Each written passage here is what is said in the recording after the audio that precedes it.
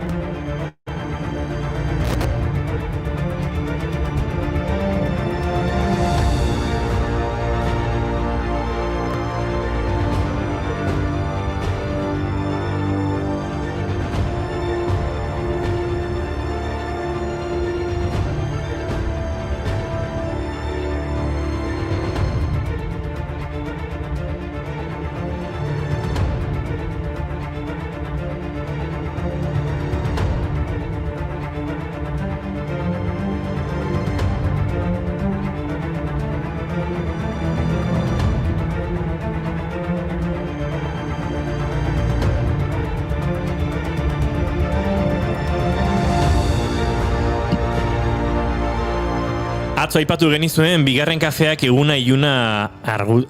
iluna argituko zizuela. Gaur eguna argitzu dagoenez, arratsaldeari erritmoa jartzera etorri gara. Bakizuen, ni beti musika hitz egitera etortzen naizela, eta asteazkenotako kafeak honei dantzan jartzen hau, eta beraz, zuzenean murgildokoa musikaren munduan bota datua Goiuri. Gaurko egunez sortu zen Donostiko jazaldia. Bueno, hobesan da, jazaldia izango zenaren txispa martxoaren 10ean piztu zuten. 1976 urtean. Martxotik iraiera musika maite zuten donostiar talde bat lan eta lan ibili zen. Iraian jaialdia ospatzeko. Hurrengo urtean uztailean egin zen eta ordutik uztailean ospatzen dugu urtero. Lehenengo edizioetan jazzaren hildo nagusia, jazz tradizionala eta bluesa izan ziren nagusi programazioan eta besteak beste, Milt Wagner, Joe Jones, Cab Calloway, John Lee Hooker edo Muddy Waters bezalako musikariak izan ziren protagonista.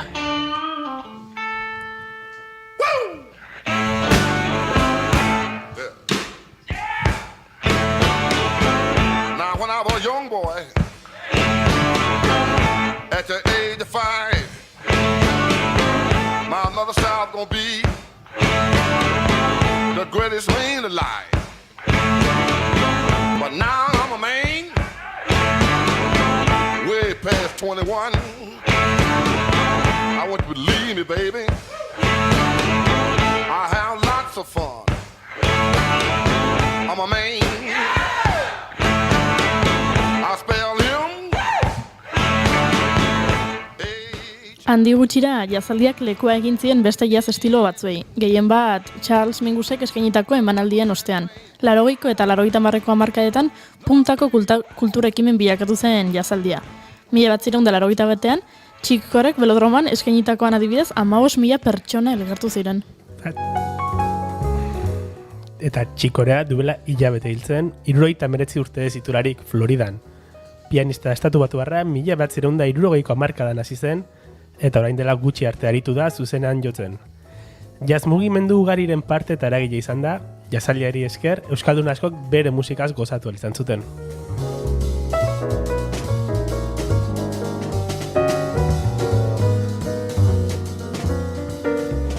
Urtero ikusle kopuruak gora egiten du, eta azkeneko urteetan ikusle gazteak ugaritu egin dira, gehien bat Zurriolako hondartzan eta Kursaleko terrazetan eskaintzen diren doako kontzertuetan.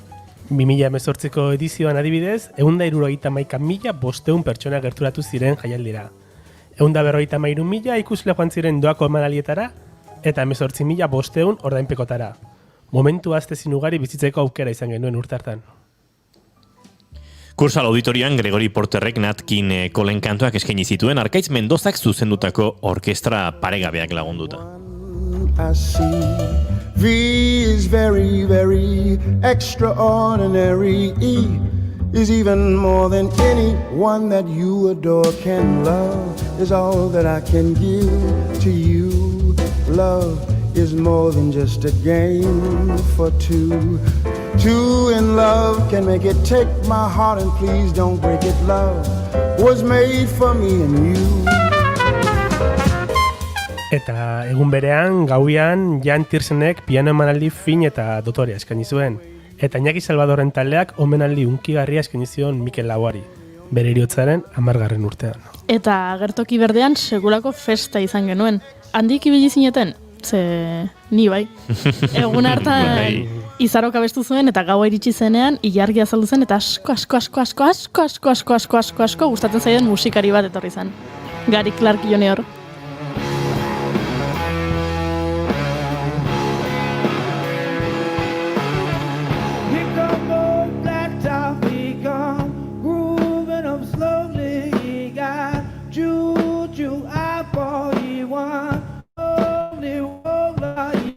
Eta urte hartan Mary Shelley Kaliforniara eta Michel Portal Bayonarra saritu zituzten. Izan ere, 1994tik aurrera, Jazaldiak Donostiako jazaldia saria ematen dio jazz munduan nabarmena den eta jazaldian parte hartu den musikari da abeslari bati. Sari honen helburua jazari egindako ekarpena eta hurrengo belaunaldietan izan duen eragina eskertzea da. Venga ba, aukeratu urte bat, 1994tik 2008era. 2005. Zalantza gabe. Zein? 2005 urte oso nahi izan zen ura. Bai, oso nahi izan zen, marka guztiak hautsi zituen urte hartan hainbat arlotan. Emanaldi kopuru orokorrean, doako kontzertuetan, sarrera salmentatik, eta jazaldiarekin zerikusia duten produktuetatik ateratako diru kopuruarengatik, baina batez ere ikusle entzule kopuruan. 106.000 pertsona hurbildu ziren jazaldiak eginiko proposamenetara. Donostia jazaldia saria Keith Jarrettek jaso zuen, eta Charles Minguzi omenaldia egin zitzaion. Laizter entzungo dugu Keith Jarretti buruzko reportajea bigarren kafean. Benetan zindagizu, baina momentuz gozatuaren musikarekin.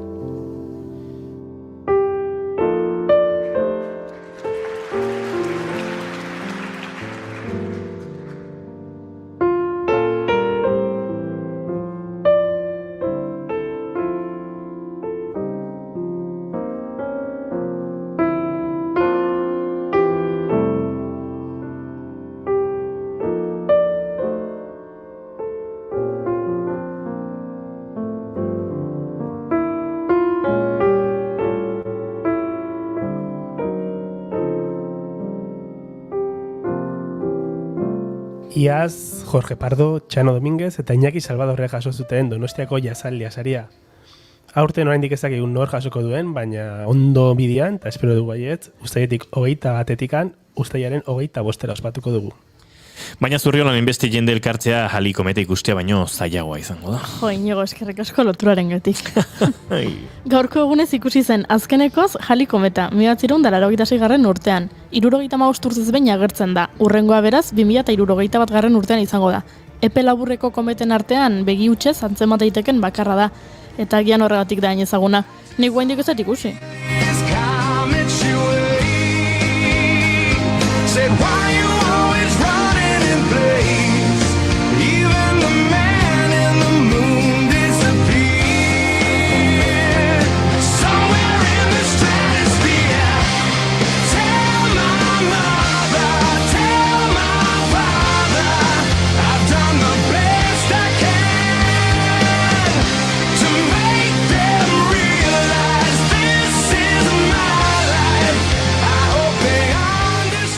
Eta zitu urte betetzak aipatu, gaurko egunez jaio zen Naikari Garzia, Gipuzkoar futbolaria eta Realeko jokalari dena. Talde txuri-urdineko jokalaririk garrantzitsuenetakoa da, golegile nagusi izan dazken demoralietan. Zorionak, Naikari!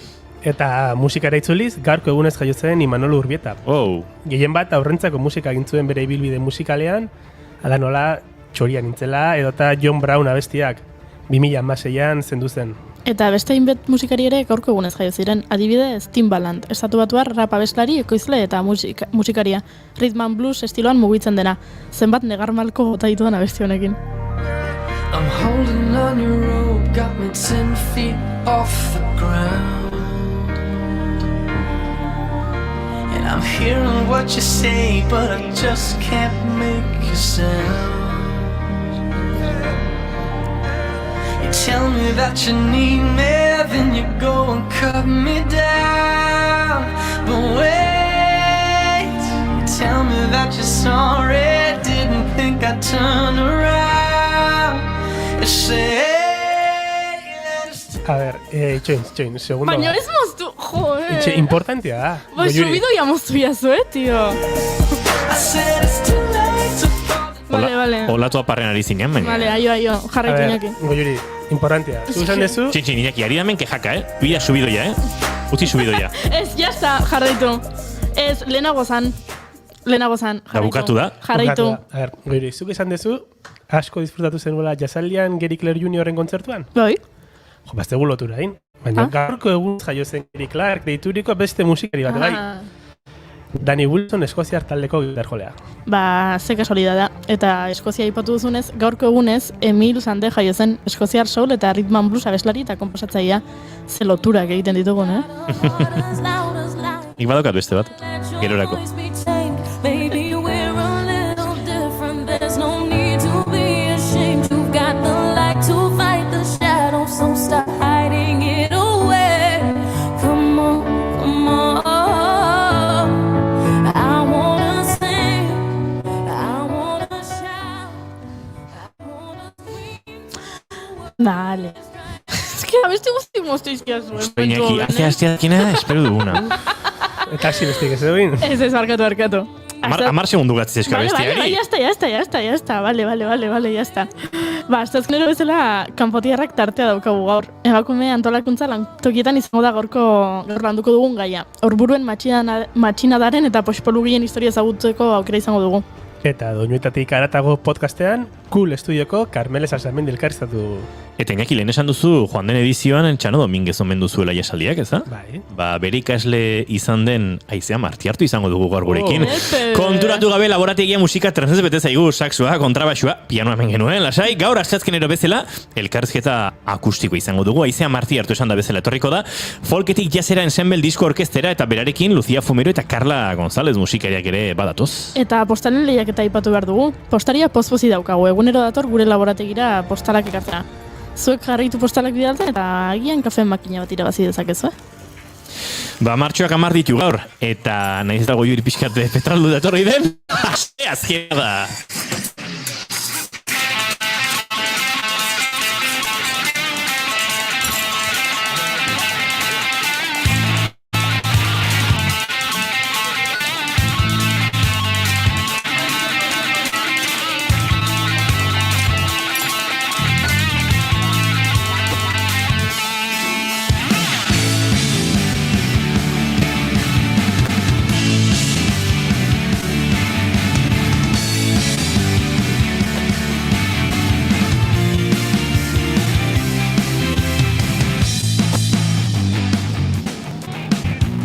Zuekin, Iñaki, lasa, etura!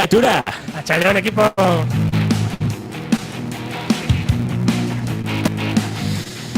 Go, Juri, ez eiza arandia! Nien hau petralduta, Guk petraltzen zaitu, ez da? Oia.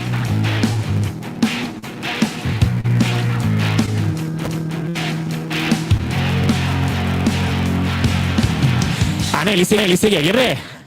Kaixo. Arratxaldeon! Irati trantxe txandorena! Atxaldeon! Arratxaldeon. Eta izketan ari zaizuen hau, Inigo Asensio Elurbide, bigarren kafeak gaur 169 arratsaldeak 4:14 minutu, martxoak 10 egun, eta guk gogo asko zuekin arratsalde igarotzeko ongitorri plazer baduzue, bigarren kafera naiz irratiaren sintonian.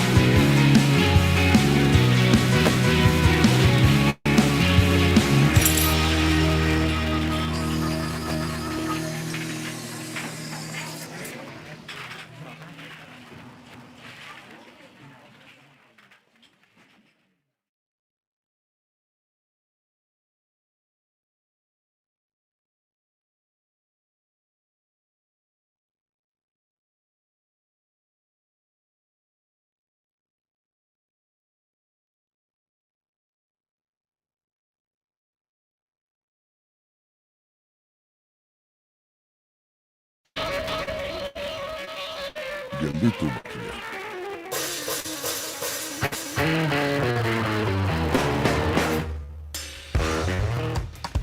Nork ez du bizitza bizigarriago bat nahi? Nola egin bizitza bizigarri? Ingurunea ezari garenean izakia honen baitan ikusten aldugu. Zergatik tratatzen dugun natura bere parte ez bagina bezala. Xabier Amurizaren lurra kantuko ez ehortzei gure lurra, gu bai gara lurra bera abesten dugunean, egiten ari gara.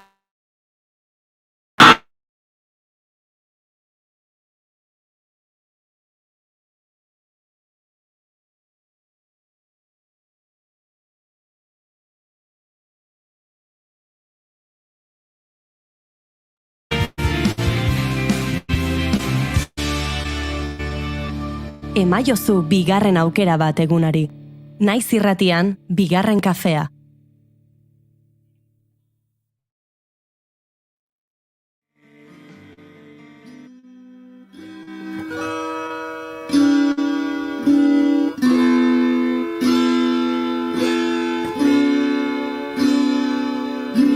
Come with me, my love, to the sea of love. I wanna tell you how much I love you.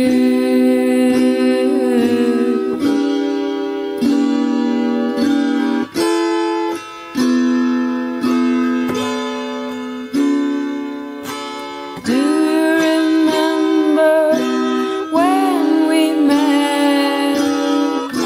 That's the day I knew you were my pet. Barkatuko diguzu, baina bai, arazo teknikoak izan ditugu, ez dakigu oso ondo zertzen, baina ez gintuzuen ondo entzuten, ez streaming bitartez, ez da irratian bertan ere, baina konfirmatuko diguzu entzuleok, eta eskertzen dizuegu, orain bai ari zaretela ondo entzuten. Eskerrik asko ibila, musika ondo entzuten da, ahotsare bai, horrekin maite duten tartean murgiltzeko pres gara orduan. Zini hasiko da. Iñaki. Iñaki, aurrera. Lau dauzkazu? Horretik handaka programa. Vale. Lau maite dut dauzkazu? Maite dut bat, bi, hiru, lau. Pasa baten bat, ni gabe nola. Saiatu da, saltzen. Saltzen? Saltzen. Saiatu naiz, bintzat. Nik 5 euro jo bazko temendik. Vale. Eta, ze pasatzea bat, bi, hiru, lau dauzkazunean, bosgarren bat asmo dukotela. Ara? Ui. So pretentious. Wow. Ez pretentious ez. Ze pasatzea zain nahi, ezakitenian ze erabaki? Maite dut, erabakiak hausa sartzea. Dado badaukat, eta dado horrekin hausa sartzen ditut. Dados. Eskerrik asko pozela. Hori ez dut maite. Segi, Iñaki lasai. Ez, hoxean ere maite duta. Hoi maite dula ba? Gauzak, erabakiak hausa. Hori da dure maite duta? Aizu. Joder, hartuta txakun, naiz? Ez epaitu besten maite duta. Ez, bainoko. Euski alako aurriko espenak sortu ditu, lau maite ditu dozkat, ez da gizien jaukatu, salgai ditu. Bosgarren hartu, Uste nun jarraitu behartzula. Aizu, maite dut asko zatea ez duzen, maite dut onak dian. Ez, dados. Dados, ondo. Once I wanted to be the greatest. Bestaldera. Beiraren bestaldera guaz, ba. Irati trantxo txandorena. Zein nozera maite dut da? Nik maite eta artean zehar jaio guna eukitzea. Eta batez ere aurreko arratsaldea. Aia, gaur. Zenbit bihar jai daukat. Eta hori pila maite. Zerria. Bueno, mentzaude. Ja. Baina zea ondo, Zure jai arratsaldea gurekin igarotzea, Irati? Zuri gauza bera pasatzea dizudan, Bai, baina honi bihar ez dukat jai. Eta zein zure maite duta? Nire maite duta da, gustatzaizun artista batek urte asko pasata gero diskoik atera gabe, ikuste dezunen bere sare sozialetan jartzeula laister berriak datoz. Eta hortzak luze jartiz. Gauzak datoz. Gauztxoak. Datoz. Rodrigo Amarantekin, dela tuyo abestia intzuna, 2014 ateratzen azkeneko diskazoa, kabalo, bakarra bea bakarrik ateruna. Eta hogain, jarri du berriak datuztela, terdun da. Zain hau. Hori da narkoeko abestia? Bida, igual... Epe. Cat Powerren atzetik entzun dezakegu, ez? Hemen, jendea zoriontsu egiten, goiuri. Bai. Iatiren oporra txaldea goxatzen, aneren gustu musikalak plazaratzen. Ze ondo. Jatu ingo dia gainea. Yes. Eta zure maite dut azin dago, Juri? Bai, bakit. Jesus, hombre, pentsatutak herriet. Nik maite ditut gure entzuleak. Hori nerea zan. Ba ez, nerea da. Abisatzen diguterako noiz ez den entzuten, noiz entzuten den, eta bereziki orain, postarak bidaltzen dizkigutelako. Postal kolekzionistak. Ba, pentsa, ikusi nuen lenguan horre gauzatxoak datozela.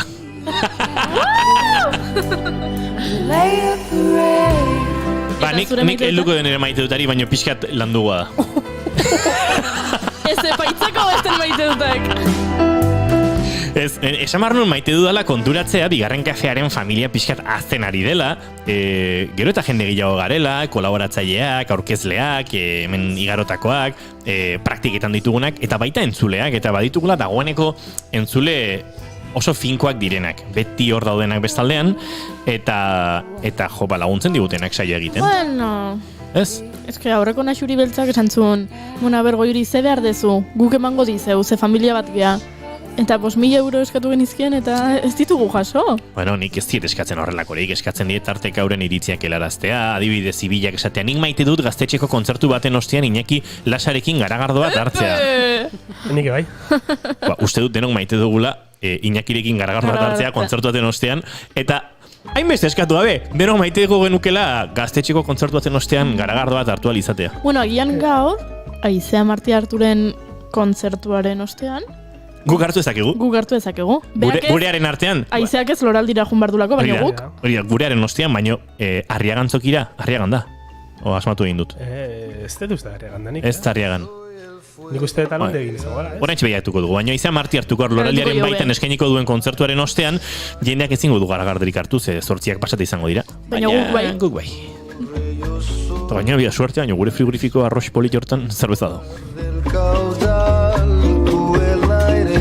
Respiro yo y la luz de la luna en el mar, la garganta que ansio mojar, que temo ahogar, te amo. Ba, Inigo, arrazizenekan, Arriagan da. Arriagan da. Lea zondo. Orduan gure entzule bakite, 6 bukatu, eta gorrika, 7 iriste jara. Maite dut, arrazia aukitzea nahi gabe, hola. Enoken inogo konfiantzarik, igualez, baina, hola. Axuri beltza xurra da, eta ibilak eskatutako dana emango dau, fijo. Beraz, axuri beltza emakumea da, xurra dio? Xurra, zuhurra. Xurra izan eteke. Gizona? Bai, gizonari nik xurro esango nioke, baina... Ez, xurra. Ez, xurra esati duze. Bai. Xurra. Ui ba. Ui, nahi ze xurroa zean esatiat, Xurra, ze xurra zean? Xurra, zuhurra. Zurra? Zurro. Karo, ez zurro ez Yeah. Gauza ikastean. Oita mazut egin. Rata. Bai, karo, nik horrela xulertzen dut, daño. Bale, osondo. Can't live without you, it takes me all the way. I want you to stay. Want you to stay. Round and around and around and around we go. Baina ze bertxio politxa, senyora dago. Sekretua da, bale, barkatu. Gaur temazak zu jarri bartzen ditu, baina baten bat. Jarri ditut eta moztu izkiazu, temazok zian, obetzian temazok? Kantutzarrak zian, bai, baina nik jetxi ditut 10 segundu falta zizkiela. Zein moztu ditu horrela, ja, beste kontua da.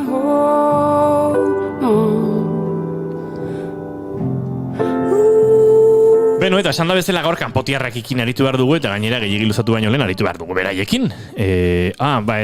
Postal lehiaketa berandu egingo dugu, ze bestela ez zigo denborarik emango, oiuri.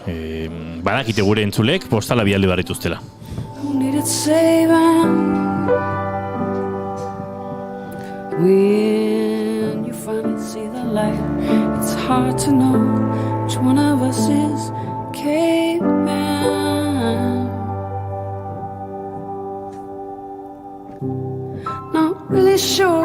feel about it. Something in the way you move makes me feel like I can't live without you.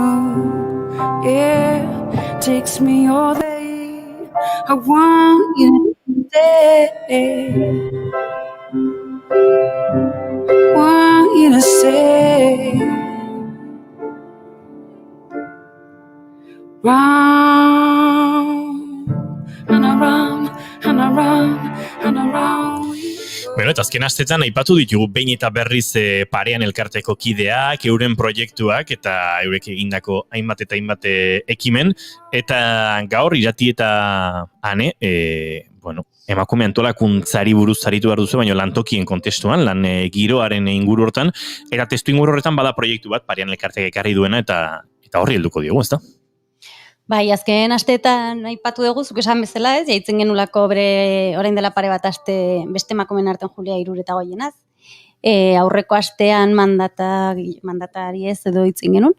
Eta gaur, bueno, aprobetxatuko dugu dokumentaleko beste ez kolektibotataz hitzaiteko eta pospolugilez hitzaiteko. Hortarako Miren parean elkartekoa agurtuko dugu lehenengo eta horrela bera kontatuko dugu asko zobe. Miren Lantz, arratsaldeon eta ongi etorri bigarren kafera. Arratsaldeon, orain bai. Arratsaldeon, kaixo. Gointzari ginen musikak eta denak nahaztuta gaurre hankazgora daukagu gure soinu sistema, baina konpondugu dugu, ez pentsa, ja dena martxan dugu, beraz, esan dako ongi etorri, eta pospolugileaken errealitate edo pospolugileak proiektu horri edo ari izan zen, eta gaur ere bada proiektu bat, heldu behar diegula ba zure laguntzarekin, Miren? Vale, oso Bai, lehenengo kontestuan jartzeagatikan, agian kontatu ezakegu zergatikan, ez? Dokumentalaren ondik norakoak zen hori, kontatu ezela hainbat azken astetan, hainbat aliz aipatu dugu, eta hainbat dokumentalan jasoitu zuen, hainbat talde edo pertsona karri ditugonera, baina ez deguna da kontatu zergatikan egin den, ez? Dokumentala edo zergatik egin zen duten dokumentala eta nola sortu zitzaizunia eta pixka bat, bez, prozesua edo zein izan zen.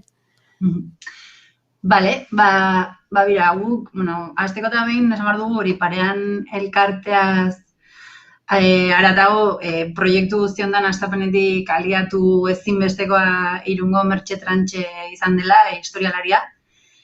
Eta pixkat berari esker edo esango genuke garatu dugula orain arteko ibilbidea. Guztia hasi zen orain dela urte batzuk ja, gu pixkat mugimendu feministan genbiltzanean edo gehiago aldarrikapen arloan, hasi ginelako pixkat fijatzen Irunen gure hirian emakumeen errepresentazio simbolikoari dagokionez, adibidez gure herriko kaleetan ze presentzia maila ote zegoen emakumeena, ez?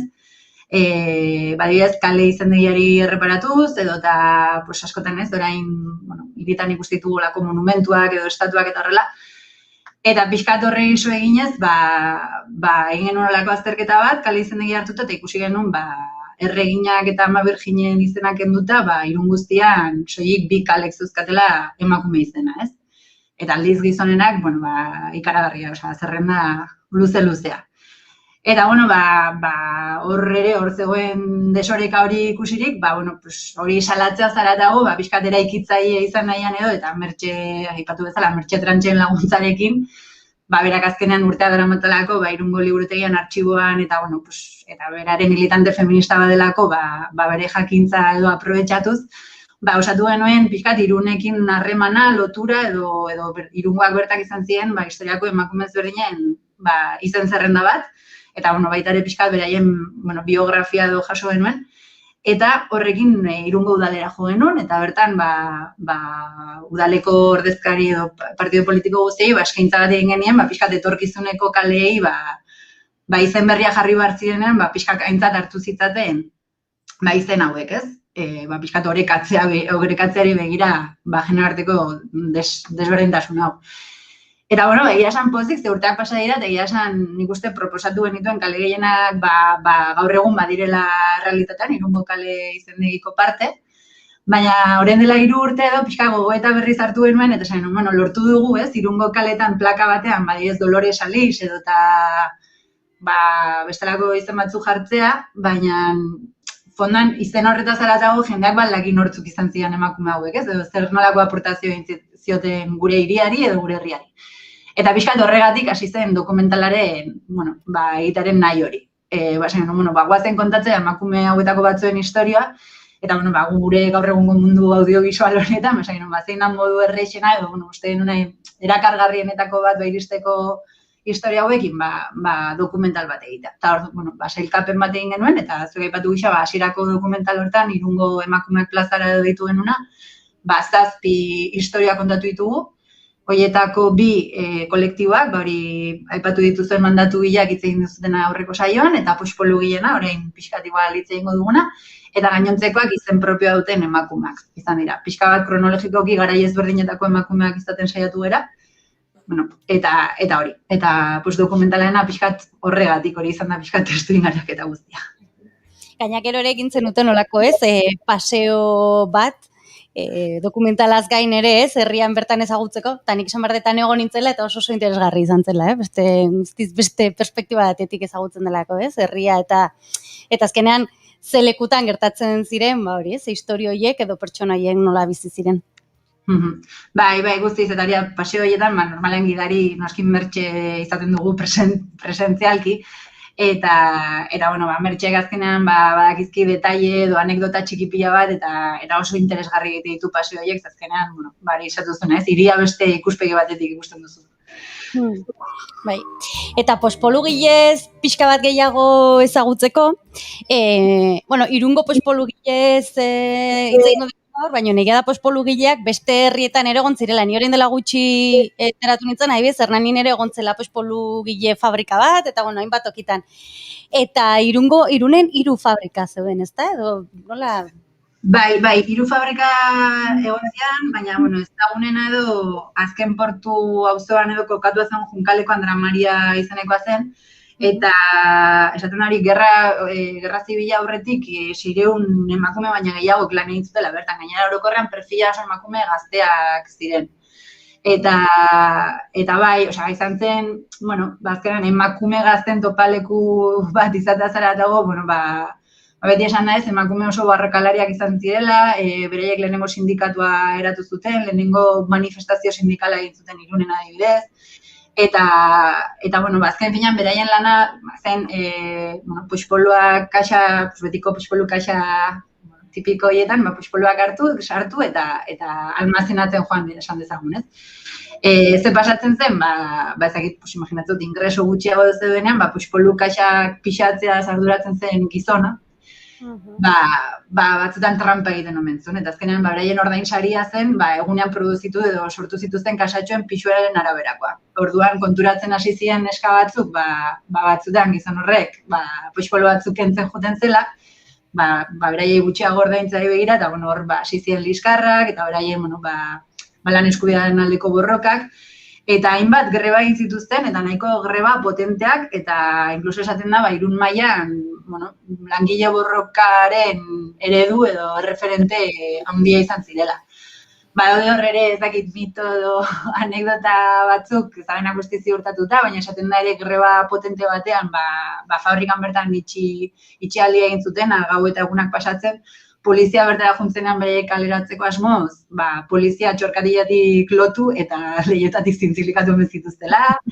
Eta, gero beraien artean ere, noski batzuk, esango dugu, enpresen aldekoagoak, besteak eskubideen aldekoagoak, eta hor ere aipatzen da bere momentuan aterkien arteko guda bat egon zela langileen artean, eta, badaude, prentsa nola ez, artxiboan begiratu ezkero, beraien inguruko notizia ugari, 20. mendean zehar.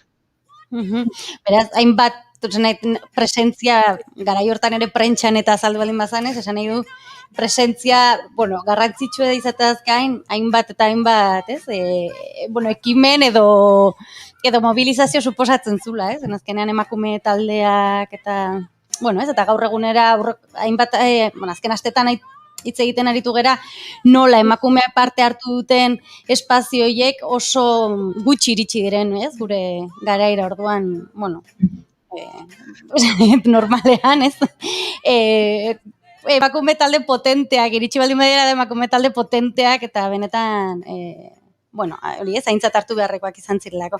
Eta ez bakarrik hemen, ez? Beste tokietan ere, egon dira, polu gile, ez, enpresak eta... Bai, bereziki hori ezagunak edo Erresuma Batuan ere borroka sindikal potente aurrera matzutenak, Match Girls deitzen zienak, hori, polu neskak edo.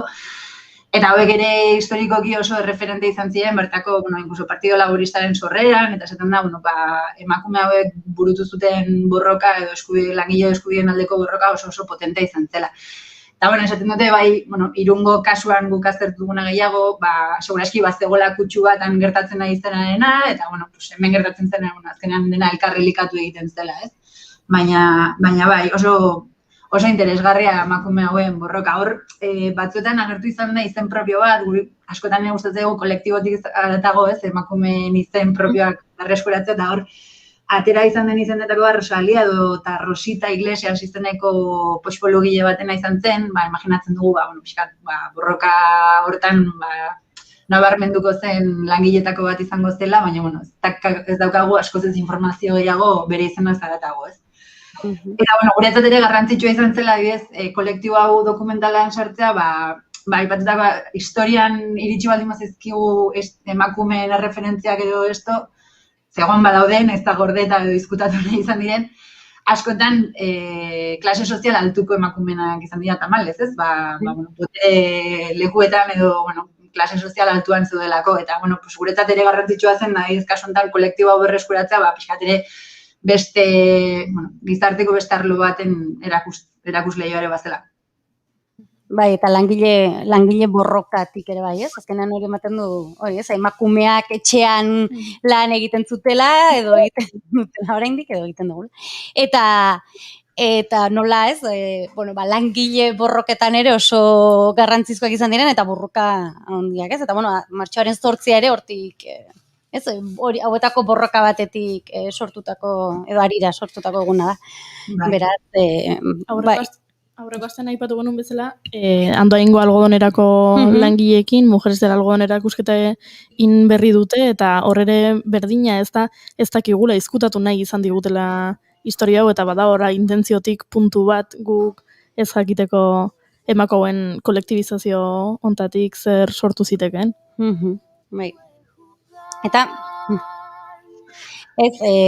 pixkati egual historia hau kontatzeko, edo bukatzeko, polu fabrikak azkenekoa 1980an itxi ziren, ezta? Bai, hori da, nik uste nahiko harrigarria berezki, nire belaunaldia edo, gazteak garen entzat da, ematen dula, eta irudi horiengatik, ez, ia dago dokumentalan artxibo irudi, eta nahiko irudiztarrak dira, eta ematen du aspaldi, aurreko mendean, orain dela 1 urteetako historia zitzegiten garela, baina orain dela oso gutxira arte martxan egon zen azken fabrika Irunen, eta hori, Irungo askoren amonek seguraski bertan lan egin zutela, ez, eta ze azkar ere azten garen gure historia hurbila ere, ez, ezkeren ez da historia urbuna hau. Eta bai, orain dela gutxira arte martxan egon duzen. Para acordarme para siempre y recordarlo toda la vida, de lo que me sentía, de lo que me sentía.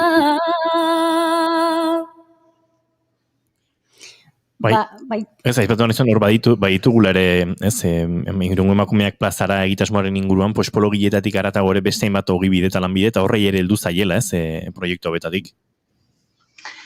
Bai, hori da, orain, dokumentala ekoitzi genuen orain dela 3 urte ja uste dut, eta, behin ja dokumentala hor dago, eta gaur egun hori publikoan gure web horrian, YouTubeen dago, baina gure web horritik iritsi daiteke nahiko errez, hori, parean.eusetik, eta, baina, pixkat haratago, hori esaten duena, ez, gustatu izan zaigu, eta iratik aipatu den bezala, noizean behin antolatzitugulako irian barna paseo historiko batzuk, Mertxe Trantxe laguntzarekin, baina, esaten Mertxe, ez dugu bizitza guztian esplotatuko gaixua, eta azkenean, informazio guztiari ere pixka bat betikotzea interesgarria ikusten genuen, ze, azkenen artxibo lan hortan, bere momentuan emakume hauek topatu genituen, baina, gerora ere beste izen batzuk atera izan dira, eta azkenean guzti hauek eskuragarri jartzea, eta denon eskura jartzea uste denon garrantzitsua zela. Eta hor sortu zitzaigun,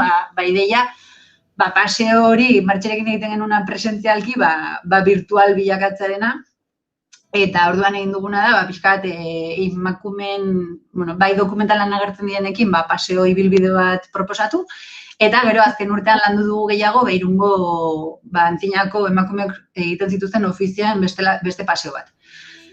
Paseo hau, interaktiboa deitzen diogu, azkenean gure web horrian sartu ezkero, topa dezakezue, eta hor, ibilbide proposamen bat egiten da, mapa baten baitan, eta gero, geldialdi bakoitzean klikatu ezkero, emakume horren inguruko, historia dago, euskeraz zein gazteleraz, bai idatzi zein podcast bidez, audioan entzuteko aukerarekin.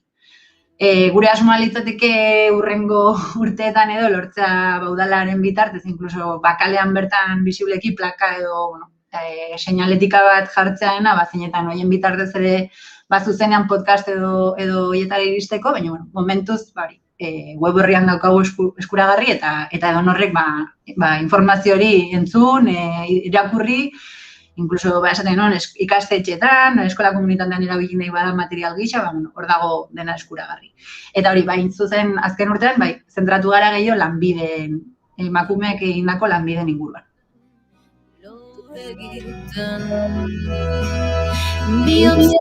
Utzi zango bano utxienez Losakon egingo nuke hainbat mendez esnatzerik ez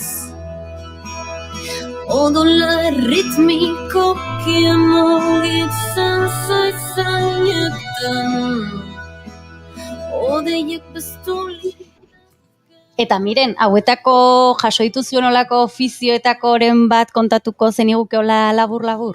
Bai, hor, uste dut, 14 bat lanbide jasoitu gula, kasunetan, eta, aipatzearen edo nabarmentzearen, gian estraperlistak lanbidea edo lanbidea izan zen pixkat kontrabandoaren antzeko jardun bat, baina bereziki emakumeak garatzen zutena, kasu honetan, gerra garaian baino gehiago, gerra osteko fenomeno bat izan zen, horre bakizute gerra ostea oso gogorra izan zela, eta, kartilla racionamiento hori edo jarri zen, eta azkenean, produktu batzuk jasotzeko mugapen handiak zeuden, eta emakume batzuk profesionalki ere Irun kokatu dagoen lekuagatik, muga, duana eta dedikatzen zian, gonazpitan, hileko moño barruan, edo, altzuten moduan disimulatuz, produktu ezberdinak, mugaren alde batetik pasatzera, baina baita ere, landa eremutik hirigunera esan dezagun, ez? Pixka bat, landa eremuan,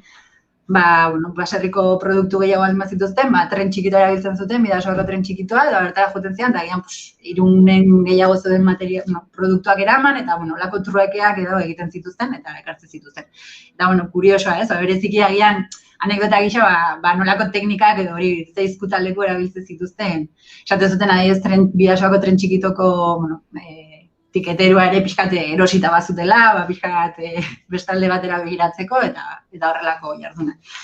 Bestalde, adibidez, arropa garbitzaileak, hori, ez da Irun soilik, nik uste dute herri gehienetan, arropa garbitzeko lekuak bazteudela, erreka albuetan, barrizko, garbitzeko bestekin, eta horre interesgarriena nik uste, lan gogorra zela, baina azkenan ere bazela oso espazio politiko bat emakume hauentzat, ez? Ezen espazio bat zein emakume, txiroak ziren, lan egiten zutenak familia beratxagoentzat, beraien arropak edo maindireak garbitzen, baina espazio horietan bazen beraientzako askatasun gune bat, zeinetan gai ezberdinetaz hitz egin zezaketen, eta politikan inguruan ere bai, beraien eskubideen inguruan, eta hor egosten ziren ere askotan, borroka edo aldarrikapen askoren abia puntuak. Bestalde, Irunen ere nahiko, bai? Zainduterritan ez, espazio horiek ere berreskuratzen ari direla horregatik, ez? Oso garrantzizkoak izan zirelako bere garaian. Bai. Eta gero hori Irungo igual pixkat berezitasuna, inudeena, Irunen inude asko etorri ziren bereziki, hori esan duana, Nafarro aldetik, Bidaso goikaldetik, esatu dute Zunbillako neskek zutela hemen fama, zute burgesen seme-alaba titia edo eskitzen zituzten emakumeak ziren, aurraz zaintzaz aratago, nik uste gehiago hori zela beraien funtzioa. Garai hartan ere burgesian, geroztasun alaba gehiago eduki, berastasunaren ere adierazgarria handiagoa, azkenan emakumeen lana zen, orduan gelditza lehen bailen, orduan edo eskitzean denbora galdu beharrean, hori beste emakumeateri pasatzen zuten. Eta edo jostunak bai izan dela lanbide bat oso lotua Irungo kulturari, esaten da ere, kokapenagatik, azkenean Donostia izan zen garai batean, burgesiaren turismo leku oso garrantzitsu bat, Biarritz bazen, Pariseko moda eta, telak eta, janzkerak eta diseinu referente bat, eta azkenean hortartean Irun gelditzen zela, egin zela olako profesionalizazio bat edo, pixka bat, textilen industrian inguruan, eta también omen zegoen bonekaz aizpen tailer famatu bat, eta la graciosa de bonekaz ere izan zen jostun oso ezagun bat, eta tailer horietan 50 emakumetik gora ibiltzen omen ziren lanean, eta gainera fama zuten beraiek oso elegante joten zialako beti jantzita, eta abesti bat ere egin omen zieten, galdu dena pixka gaur egun, baina Bai, eta hauek ere nahiko espazio bereziak ziren, ez? Jostunenak zen azkenan, hori ez, emakume fabrikak eta pixka bat garbi edo labaderokin edo gertatzen den modura, ez? Nahiko, askatasun edo espazio, ez? Beste fabrika batzukin konparatuta. Hori da, bai. Eta guztia hau esan duzu, saretan topatu daitekela, baina horretaz gain ere, badago olako virtualidadetik edo aterata, badaukazue paseo bat aurre ikusita, ez da? Bai, hori da. Hori, lanbiden paseo hau oraintxe egin dugu publiko, eta oraintxe ezagutzera eman nahi dugu pixkat, eta pixkat hori ezagutzera emateko asmoz, antolatu dugu mendigutxi martxoaren 20an, larunbatarekin, goizeko 11etan nahi dugu egin, noski Mertxeren laguntzarekin, eta bere gidaritzapean, Irunen barrena lanbiden paseo hau modu presentzial baten. Pandemia egoera honekin, bai behartua gaudela foro mugapen bat egitera, orduan bai eskatzen nahi ganena da, interesa duen orok, gure edelbide elektronikora idaztea, interesa baldin badu, zerrenda bat osatzen joateko, eta ikusiko dugu gero, jende asko gizena emango balu, gian paseo bat baina gehiago antolatuko genuke, baina berez, interesa duen norbaitek, infoa bildua parean.eusera idatzi dezake. Eta hori, izango da, martxoaren 20an, goizeko 11etan, Irungo udaletxe pareko plazan da, keda da. Eta hori xe, pixkat horrekin ere ezagutzea ematen dugun paseo hau, eta zabaltzen den. Miren Lantz eta Parean elkarteari gure eskerrik onena, ez bakarrik gaur gurekin izategatik, aurreko astetan ere baliatu dituelako zuen ikusentzunezko materialak hainbat emakumeen historiak ezagutarazteko. Beraz, esker mila eta laizter arte hartuko ditugu tarte gehiago, bigarren kafean. Mila esker zuei difusio emategatik. Eskerrik asko. Gero arte. Horek ematen didana ezteak, leku ezberdinetara, narama, bizkarrean gordetan nire zama, eta bihotzean gogoratzeko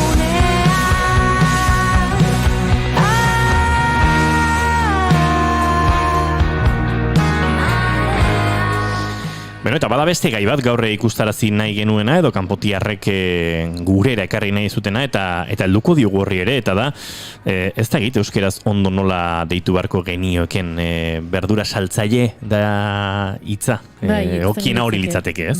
Bai. Horburuen matxina dataz aituko geinake, kasu honetan Irundik Madrilera joango gea, eta horburuen matxina da izan zen 19. mendearen amairan eta 20. mendearen hasieran artean Madrilen izan ziren hainbat matxinadan ez ezagunena. Latinoko auzoan gertatu zen, Eta barazkiak saltze zituzten emakumeak, ikusi zutenen behaien negozioak pikutara joan behartziala, arrazoi desberdinengatik intzituzten matxinadak izan zian. Nagusienak izan zian, 85, hau da, 1885, epidemia egon zanen, ahotsa zabaldu zan, behaien berdurak eta zeuzkatela mikrobio batzuk eta hoien bidez izurria zabaltzezala, eta horrengatikan altxatu zian ikusi zutelako, behaien salmentak erabate iztiala jeisten, eta jendeak beldurraztula, eta, ez da, hainez ezaguna etzaigu iten ez da gaur egun. Eta horregatikan, altxatu zian administrazioa leporatuz, ez errez egitea, ez, honi aurkeiteko. Eta beste alde batetik, 91 eta 92 urtetan, 1992an, pasazan izurriaren ondorengo krisi urteetan, Madrilgo alkateak erabakizula tasak igotzea. Eta honek, ja oso justu zijoazten emakume hauek, erabat, ikuste zuten ezingo zutela behien bizimodua aurrera atera, ez behien ogibidea pikuta jongo zela, eta bertan, beraz altxatu zian. Orduan, berdulera hauek, gero hitzen du gaina erlazio daukala berdulera hitzaren definizioakin zian emakumek saltzaile ambulantek Mercado de la Cebadaren kanpokaldeko erruakalen otentzianak eta behin bizimodua irabazte zuten, hortan berdurak saltzen eta ama solterak izatezian normalen eta pobreziaren ziklotik ateratzeko zailtasun handiak zeuzkaten emakumeak, ez? Eta ze pasazan, hauek egin zituzten protestetan, etzara espero, emakume hauek horrelako, esango dugu, agresibidadekin edo lako protestarako grinakin ez aurregingo zietela gobernatzaileei eta kasu batean adibidez jasotzan nola etorri zan gobernatzailea saiatzen hauen protestak ja azokatik kaleetaraz zijoazten protestak gelditzera eta alkatxofak bota zizkieten horburuak edo letxugak jasotzen da beste baten ez eta gero ontzian ja kaleko borroka batzuk esango dugu pixkat garai hortan ustezan emakumeak konportatu behartzun eratatik, pixkat aratago zigoazenak ez.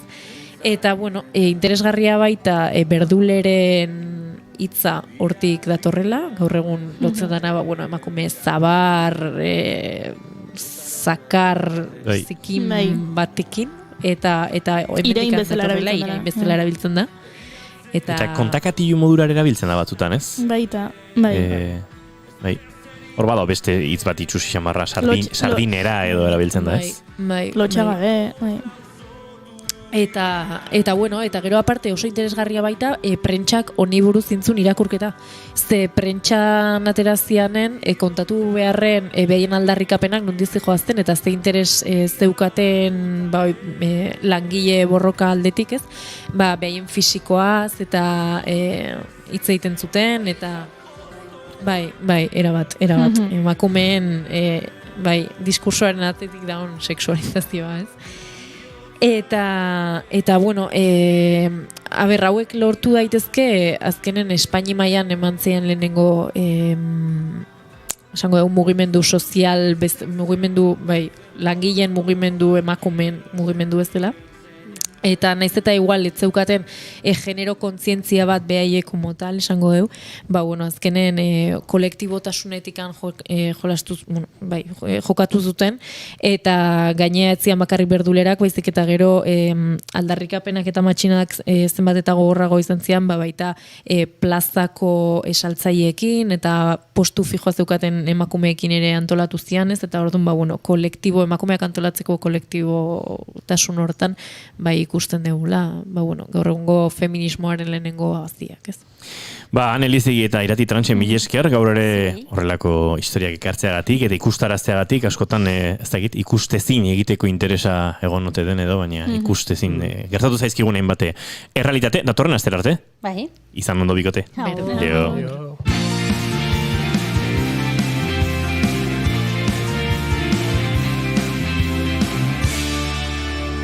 Keep calm and bigarren kafea.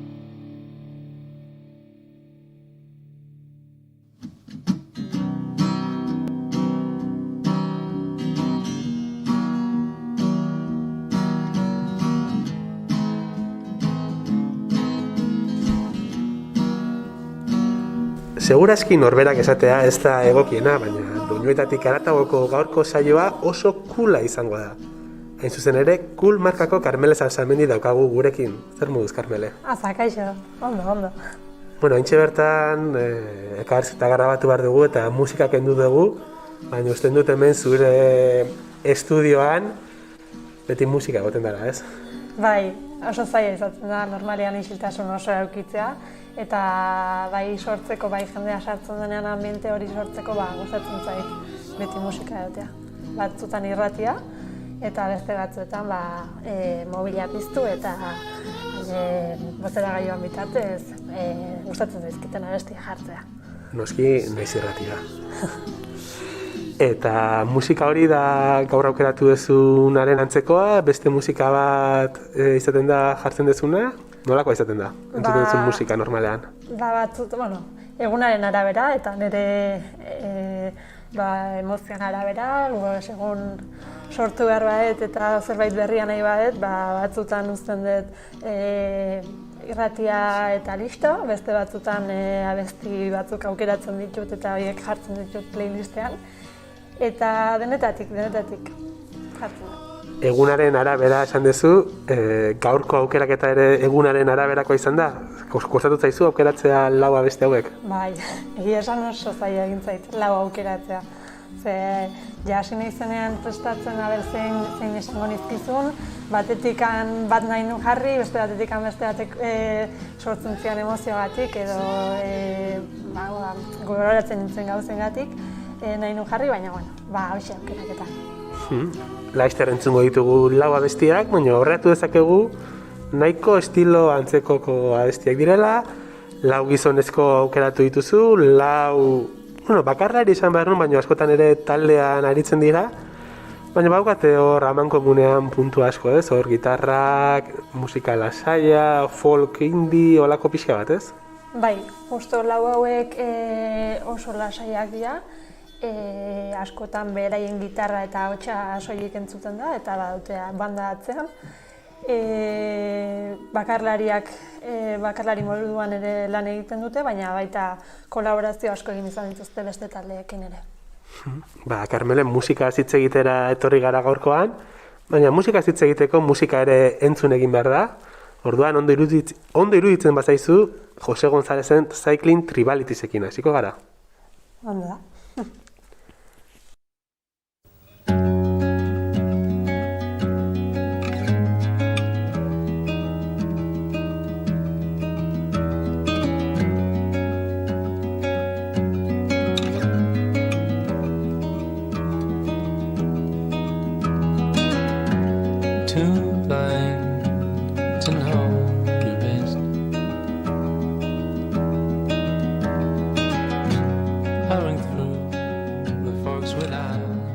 Ederra, bestia, Karmele, zela saia dana bestia hau, ze ondo uste zaitun.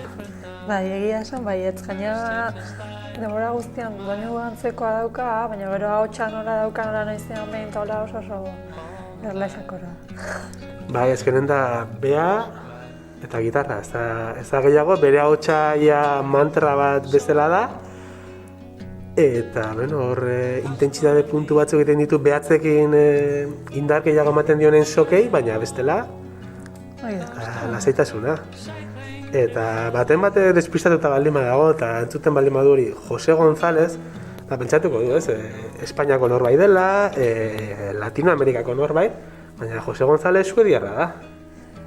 Berez familia argentinarra du eta bai Suedian jaioa dela, baina bere jatorriz esango nuke Argentina dela. Itxuran ikusten da suediarra ez dela behintzat. Ez dela 2 metroko morrosko bat, hile horia eta begi urdindu horietakoa. Ez, bate. Ez, hemen ikusten ari gara, bere bizarrakin, Bob Dylan antza pixka bat, ez aurpegiz, baina bai bizar eta hile desordenatu horretan. Eta bagia da, adibidez, nik Argentinarra esan dugu, ni banekien Txilen, Pinocheten diktadura hasi zenean, asko egin zutela iez, eta Suedian badagoela errefuxiatu kolonia handi bat, hor badaude sortzaileak, badaude futbolariak, beste kirolariak, non diren hori, Txiletik ihes egindako horien oinordekoak. Eta segurazki ere Argentinan ere bere garaien egon ziren diktadurak, egon ziren arazoak, eta seguru arakatzen hasten balien maga, Jose Gonzalezen gurasoek ere horrekin zerikusiren bat izango dutela. Badauka horrelako gauzek, ez? Musika nasketak edo pertsona bat nunbaitekoa denen eta beste leku batera deonean, bate zerbait berezia horiek beti sortzaile horretan bueltan ibiltzen direla. Zagit horri buruz noizbait hausnartu zenuen. Baina egia da hori nire gustatzen zaiala eta ikusi nuen hori bere jatorria eta pixkat ikusi nuen ikusi nuen suediarra eta hau suediarra eske argentino pinta daka. Bintzat, pelikula ziren ez duen espainola zara, de hecho, abesti guztiak edo gehientsunak inglesez egiten ditu, erderaz baten bat behoztu badukala, baina ez. Bai, hori izan barrunez, bintzat, ingelesez kantatzen duela, bestela hori gaztelaz hasiko baldin bazan, eta Argentinako azento horrekin ez badu egingo, harrituko zigun oraindik eta gehiago. Da, gainera hotxa daukanaz, eske, berezia da, estilo berezia dauka. Carmen, lautik bat entzun dugu, baina bigarrenari helduko dugu. Uste dut berriro ere gitarra, ahots, goxo bat izango dugula, abestia Beautiful Girl deitzen da, eta abeslaria William Fitzsimmons da.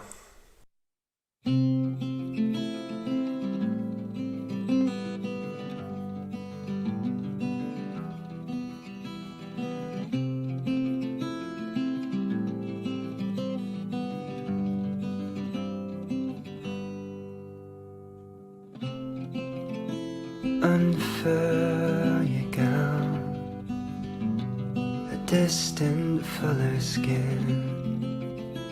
I knew you. Carmen, haure ederra, haure ze lasaia dan, Beautiful Girl, Beautiful abestia. Bai, nik jarraitzen nuen, noen dela 2008 nola ezagutu nuen, eta egia esan asko gustatzen.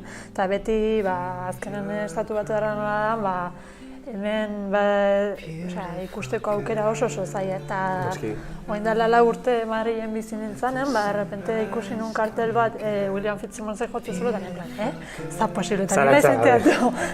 Eta justo jo nintzen sala txiki bat zen, baina uste izan zen, nire kontzertu, normalean beti kontzertuta lagunen batekin jo izan duna, eta nire lehenbiztiko kontzertu izan zen ni bakarrik jo nintzana, eta kriston esperientzia.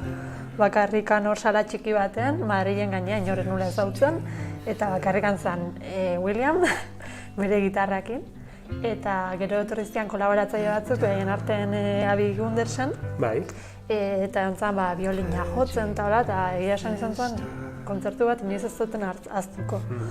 Abby Gundersen da Noah Gundersen arreba. Hoi da, bai, normalean kantantore askokin kolaboratzen du biolina jotzen edo ahotsak egiten, baina bera bakarrikan gutxitan ikusi izan dut, baina egia esan oso ahots goxoa dauka ere bai. Bai, eta gauza da interesgarria esan duzu, izan zela zure lehenengo kontzertua bakarrik joatekoa. Esperientzi interesgarria eta polita da horrela noizbenka kontzertu batera bakarrik jutea.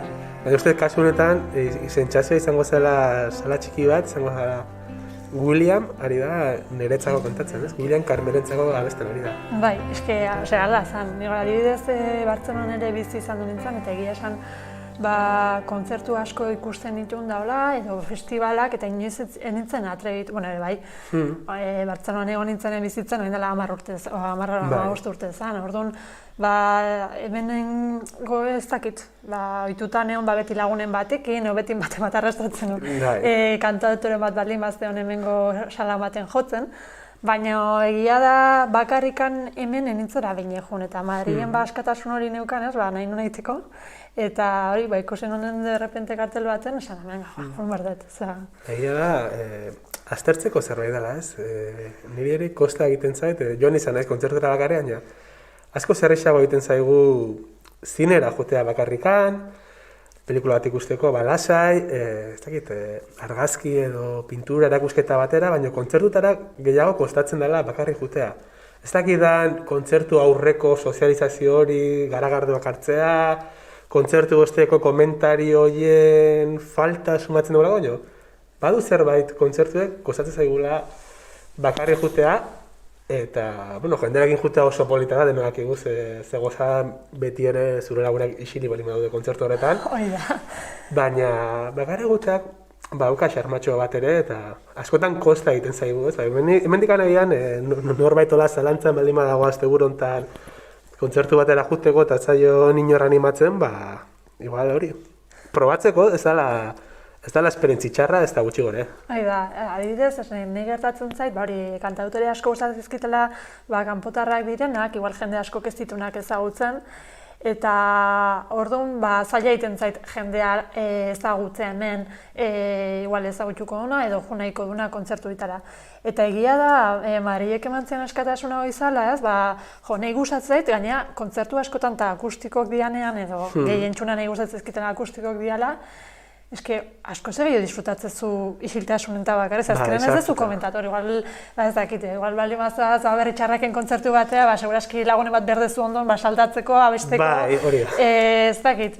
Izerdia konpartitzeko. Hori da, baina askotan sala, eta gaur egun gehiago, sala askotan bexeritea egon behar deztuna, eta bakarrikan dala artista ikusteko, nire ustez gehiago disfrutatzen zula, nahi pasa izan duzait, nahi zuet, igual lagunen batekin jo nahi zena, ez duna ezautzen da, nahi favoritegatik etorri dana, eta naho demora guztian, pendiente, aber ondo da hon, aber zen mozaia pasatzen, ez da aspertuko, eta ez dut disfrutatzen artista, ez da gebesatzezu, jo, eski, etorri naiz, hau ikustea delako, orduan, asko zeu eta da. No, eski, zea sozializatzea jun, hortako garagarro bat hartuko zenun, edo kafe bat, eta juntzea justo gozatzera, zure munduan, ez, zu musikariaren munduan sartzea, ze onura den musikarantzako eta ze garrantzitsua den ere areto txikeriek. Gainentzako nahi izan zen esperientzia, lehenengo esperientzia, gaina salain txikia zen, denbora guztian feedbacka sortzen zula artistak, denbora guztian bertakoekin, inkluso bat ez egun ondo zabete, gustatu zaizu ez abesti nahi duzen, ez jotzian, eta gerora gelditu zen gukin, esatizut zerbeza bat hartzen, argazkia nahizuna argazkia hartzen, eta konbertsazio baten ematen zula, esan bizut, nire idolotako bat zara momentu hor, eta repente, inglesa zitze egiten nahi zaizula, eta zuk entrek ez duzura ia erdia ulertzen. Ulertu nahi diozula, gaina zukin pote bat hartzeko prest daula, izan zen esperientzia. Hirugarren gonbidatu ez, hirugarren aukeratuarekin ez dakit pote bat hartu dezun, baina bai dela ere aproposa bai sala txikitan entzuteko, bai leku handiagoetan, aproposa ez dakit, baina hemen Euskal Herrian leku handiagoetan ere jodu, entzun dezagun Ben Howardren Empty Corridors.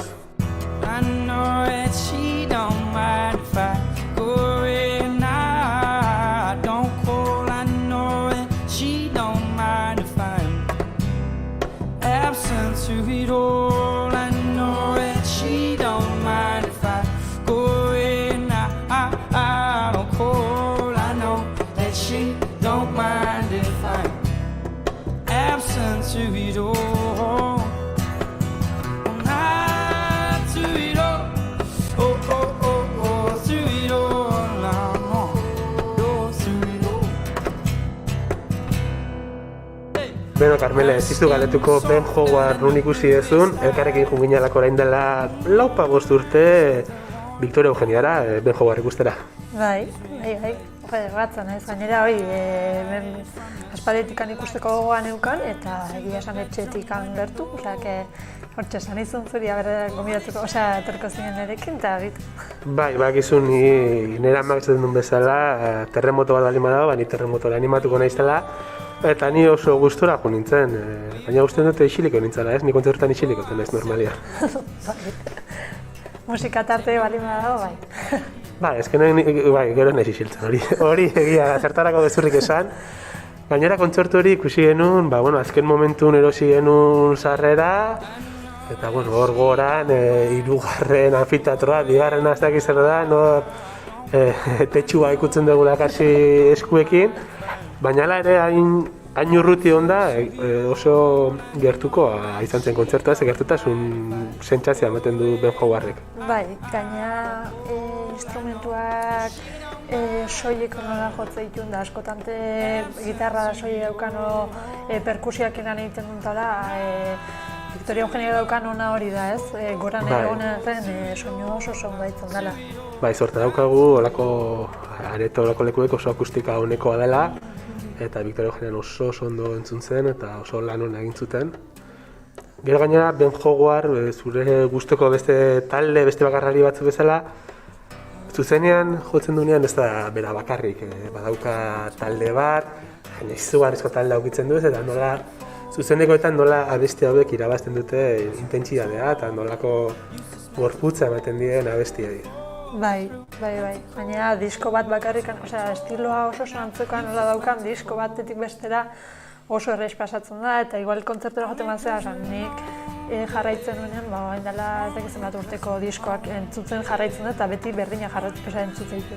Baina egia da berriak joarren, estilo hortan edo harmonia hortan biltzen zaitula eta oso gustoko kontzertu ditzen. Bai, azken finean, abesti hau 2011an argitaratu zuen Ben Howardek, eta guri bai harrapatu zigula, unibertsitate garaiak, edo behintzat, hogeita gutxi urteko garai horiek, eta nik uste musikak badaukala nerabezaroa, hogeita bi urteko herri hor buruan hiltzatu zaizkizun abestiek normalan bide lagun izaten direla ondoren ere.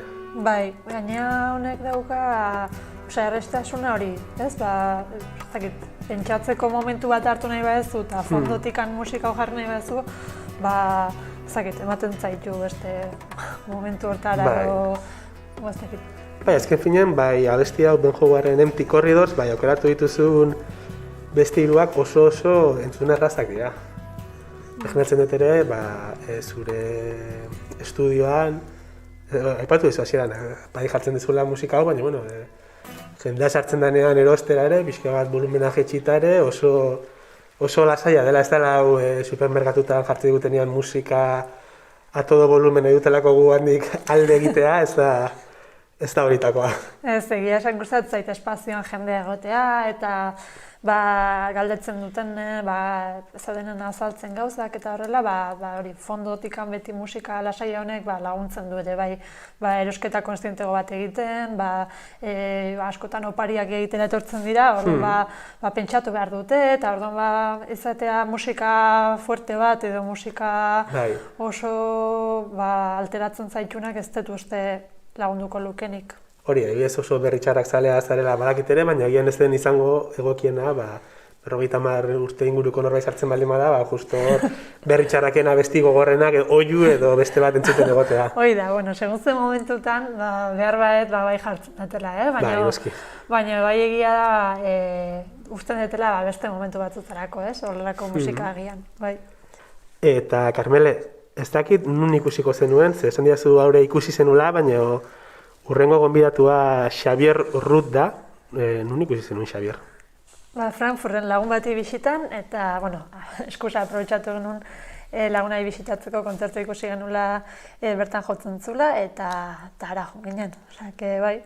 Oso esperientzi berezia ere bai, biok berare iritsi berria zen bertara, etzun toki askoik eta ezautzen, eta direktamente hori sala baten sartu ginen, dana alemanekin eta dena batxe, ez genuen ezer ulertzen, baina, gu Xabier ikustea joan ginen, eta oso... Musika ulertzen zenuten. Hoi da. Gainea, estilo oso berezia daukala, esango genduke. Surfista itxura dauka, hippie puntu bat ere bai, eta regian estiloan jotzen duen arren, gero ere baditu bere gitarrarekin bere bakar abestiak, eta oso entzuteko oso aberesgarria da egia.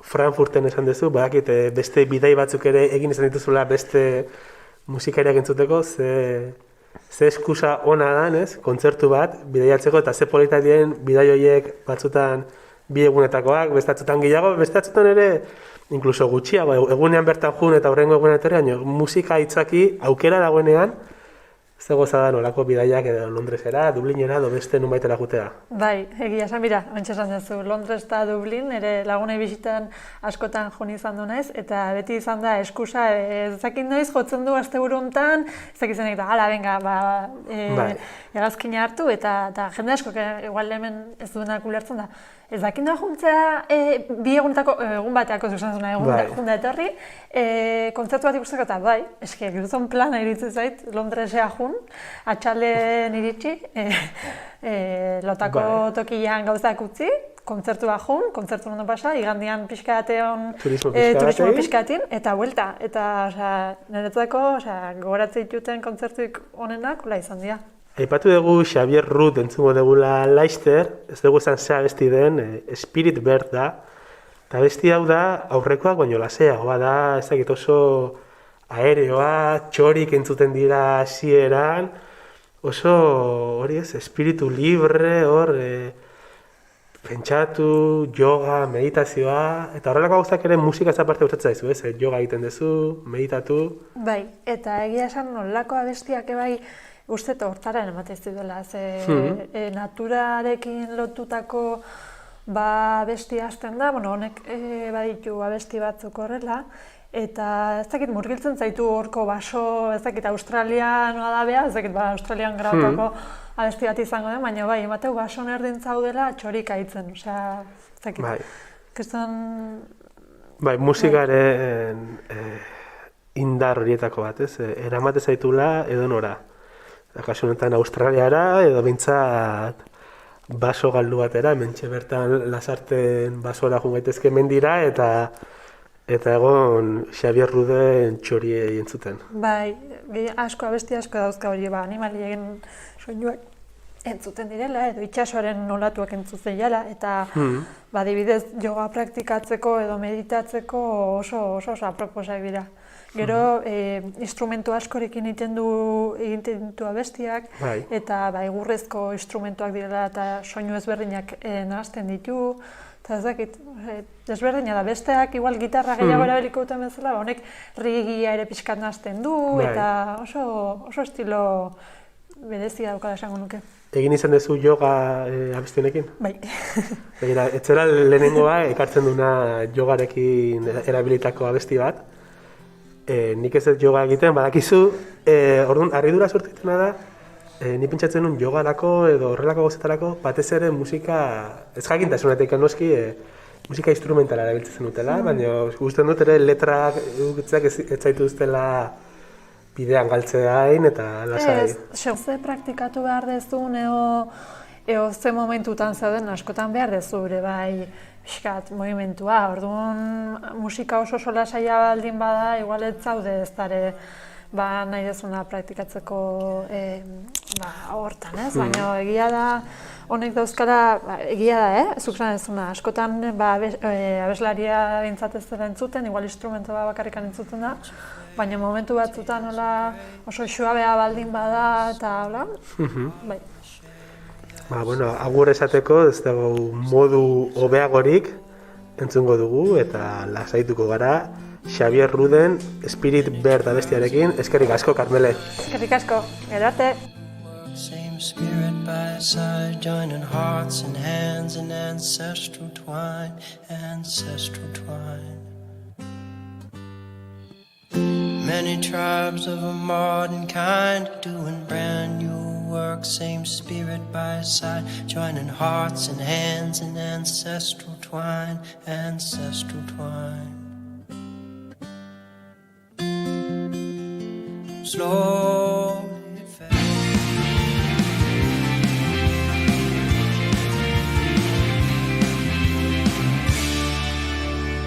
Bigarrenak ez direlako beti okerragoak, bigarren kafea.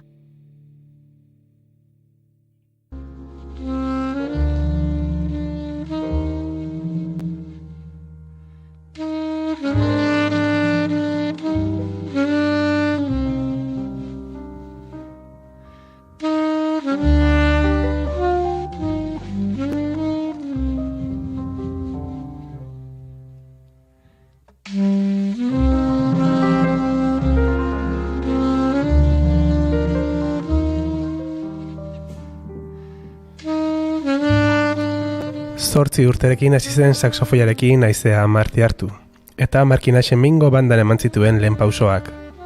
18 urterekin Bartzelonara leku aldatu zen unibertsitate ikasketak hasteko eta Taller de musika eskolan eman zuen izena. Espu kontserbatorea izan zen hurrengo urratsa, eta gaur esku artean dugu entzuten ari garen Folketik Jazzera ensemble diskoa.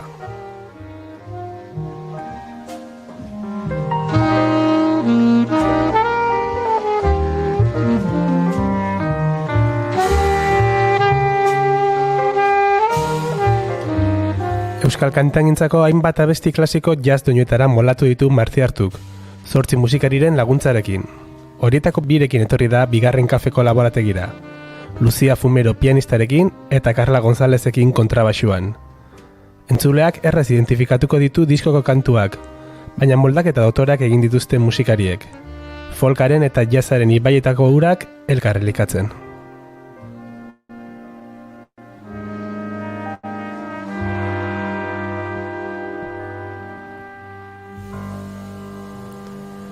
Ongi etorri Aizea. Kaixo, mila esker. Kaixo. Lehenik eta behin, zoriondu imartzaituz.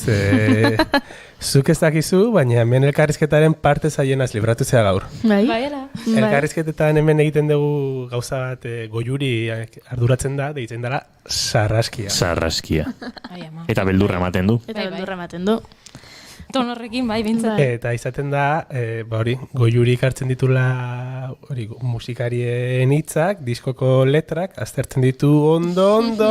Eta gero galdera zaiak egoten dira. Hemen ez da letraik pa. Eta lezu, libratu zea, eta oso ondo. Aizu, baina zuk esan zoriondu badaude arratik gehiago, Bai? Zuk ez dakizu, Zer?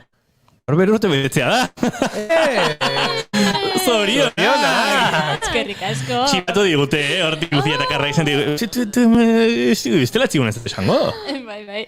Ba, zorionak. Eskerrik asko. No, eta urte betetzea ospatzeko Bartzelonatik iritsi bigarren kafetik pasa eta kontzertu puxka, hemendik denbora oso gutxira loraliaren baitan izango duzuna.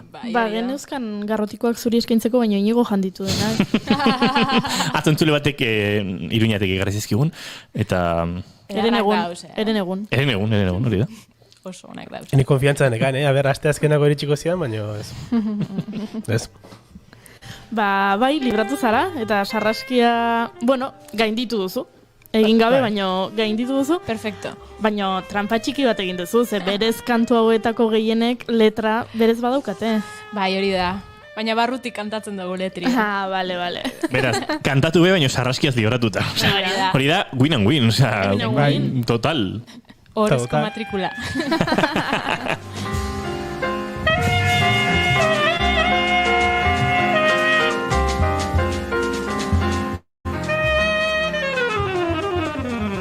Ba, izea, folketik eta jazzetik. Zuk ere bietatik edaten duzu? Ba, esan daike baietz, baina egiz esango notzuen igual jazzetik itxua edaten dutela. Gaztetan gaztetan folketik noski baietz ez. Olako herri euskaldun baten jaixo eta bizitxe, nahi edo ez nahi, horko ibaietako horretatik ere edaten duzu. Bai, eta jazai buruz hitz egitean batzutan ez, pixkat elitismo puntu bati buruz hitz egiten da. Hoi izan daiteke jaza ere izan daiteke lako herrikoia? Jo, ez neuke jakingo ez, uste dut olako aurre ikuspuntu bat dauela ez, jazarena, baina egiz esan inoz ez dut guztiz ondo ulertu. Izan lehike bai askotan jaza letra bako musika bat darako igual izan lehike edo hori elitismo puntu eukitzia. Baina guztuko jaten nola ez izetie berez, Bai, batzutan ere hori izaten dira, ez, aurre iritzi batzu daudela, edo jendea zela hurbildu klub batera, entzutera kontzertu bat, lasai egotera, eta... Hori da. Baina, musika bizitzeko beste era bat da, ez beste estilo bat da, estilo askoren moduen, bakoitza bere magia dauke. Eta zuk hemen, moldatzeko aukeratu dituzun euskal doinuak, nahiko ez, oso ezagunetara jodezu ez, hor daude besteak beste, Oskorriren aita semeak, Laboa eta Hartzeren txoria-txori, Aurreskua bera ere gero entzungo dugu. Zergatik aukeratu dituzu hauek? Egiz esan nahiko aukeraketa pertsonala izan zen. Hau da, nire helburu esan alde batetik euskal doinu batzuk erabakitzie, batzuk kanta tradizionalak die, beste batzuk kanta folklorikoek, folk musika da, ez die gauza bardin berez. Baina niretzako garrantzitsuena zen bat, ez hori, jentiantzako doinu batzuk izetie. Da, errespetu handixaz edo aldoten eta errespetu gehixenarekin moldaketa hauek eitxie. Eta ere fijatzen zinean jazera eramateko errexak, errexak edo aproposak izan zitezkeen edo ez da zoin beste hortan pentsatu? Bai, hori bai, ez? Igual beste kanta edo beste aukera baten auki izen alko neban, ez? Baina bai da gixe, kanta hauek bentzat niretzako inspiragarrisek izin dizela, da, bai, horrek nire dozen behi alde batetik, igual niretzako erretza zile, ez? Teknikoki behintzat, komposatzeko eta moldaketak itxioko, bai. Gauzak erretz jarritxuaz, ez, nebretzako, zeo zelan esateko.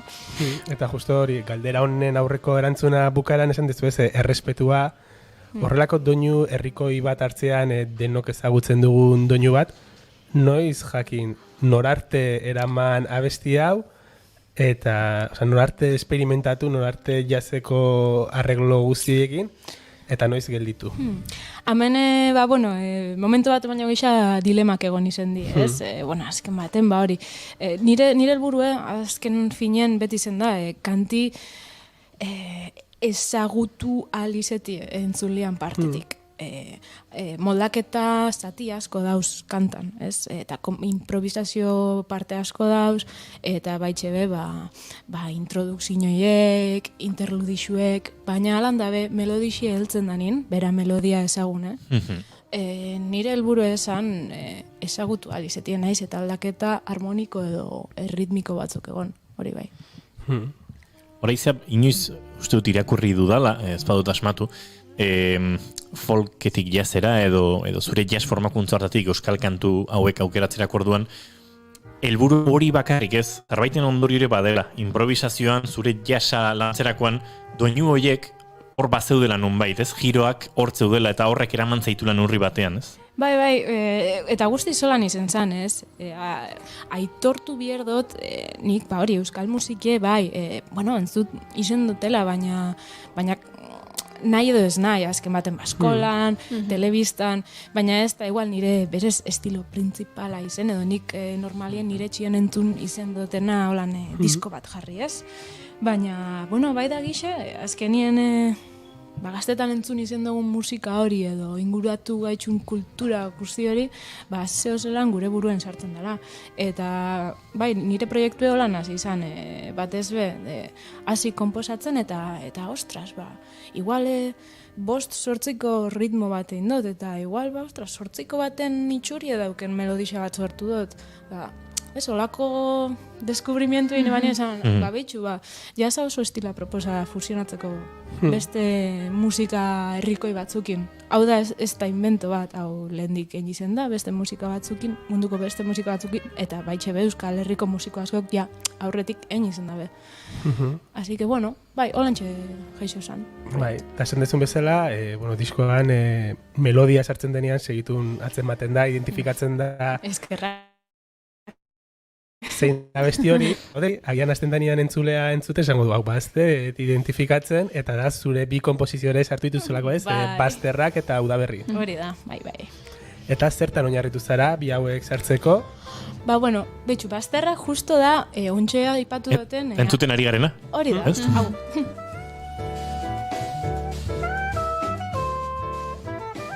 Segi, horretaz. Justo ontxe, berton, betxu, musiki entzuten bagauz, hemen txistulariei omenaldi txikitxo bat entzunaldi izango da, ontxe laster musiken, edo bintzat entzuliek entzunaldi izango da. Eta, hortaz aparte ez, txistuan soinuai omenaldi bataz aparte da hori, 5-8 ritmue, plasmatzie. Orduan, gauza honen ondorixoz, sortu zen, bazterrak izeneko kanta hau. Laster entzungo dugu lehenengo abestia, baina momentu baten guazen multatzea pixka bat hasierara, ez dizugu galdetu nola sortu zen, zin zen abia puntua ez? Noiz erabaki zenuen, horrelako diskoa egingo zenula, edo... Betxu, hemen da txistue, de fond. Bai. Hori txistu fine, hori da txistulari xai omen alditxue.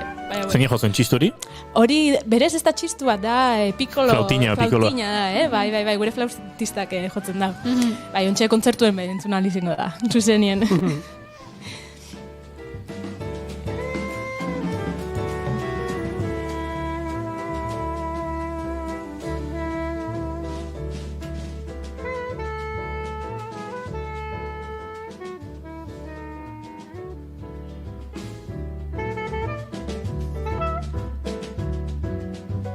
Badu txistuak alare gaitasun hori edonon murgiltzeko, ez? Ikusi dugu ez dakit San Petersburgoko sinfonikarekin jotzen gariko ez Mendizabal, baina ikusten zakegu jazz giroan ere txistua murgilduta, eta bada instrumentu kamaleoniko eta edo zerri heltzen zaion horietakoa. Bai, hori da. Kamaleoniko eta bai timpanuen ondo sartzen dana, potentie. Bertazena, dultzainak lagundu ziola pixkate goxoa izaten. Bai, total.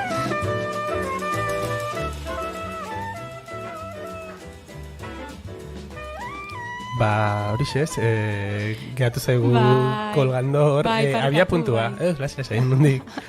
Bai, bueno, abia puntue, basikamente da, Iñigok aipatu da ben gauza hori, ez? Oindala 2 urte terdi olako gauzatxo bat, justo kontserbatorixo amaitzen duen, eta berton, asko konposatzeko momentu bat zan, kontzertu bat prestau bierne ban, eta, konposaketa teorian nahiko murgildu tenuen momentu hartan. Hasi nintzen, hori pianoen jarri, saxofoia hartu, melodixak asmau da, kontxo, ostras, ritmo hau, hori, sortzikoren itxura baten bat badauke, edo eta, jolasten hasiko naz, eta aita semeak melodia hartu, eta akordeak aldatu, eta ze estilo, ze textura hartzen da ben.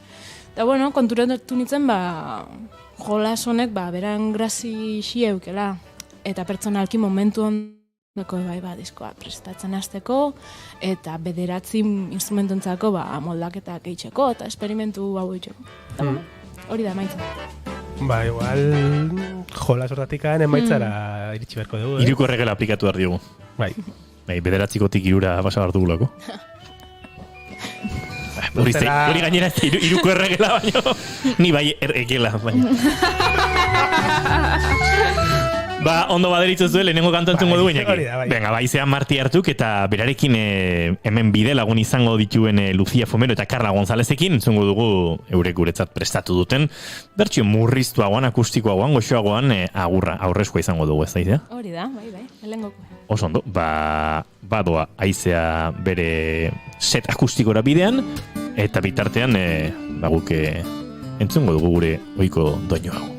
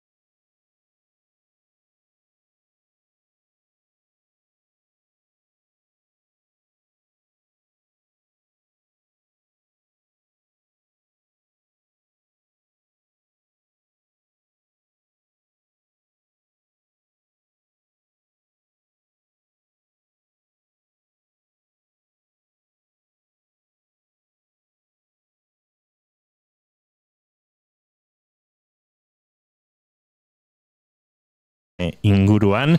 Aipatu duzu bederatzi musikariekin izan zela izea, Bartzelonan egin zenuten, horrereko bitak izan zuen berera ginea, aurrera eta atzera, buruko uste asko, baina asmo hondiko proiektua zen, zuk esan duzu, bederatzi musiko elkartu COVID giroan, edo norku lorrezake, komplikatua dela, bederatzi musikarientzako moldaketak egiteak ere, badu berrana, jolas polita iruditu daiteke, baina aldi berean erronka ere bada musikalki.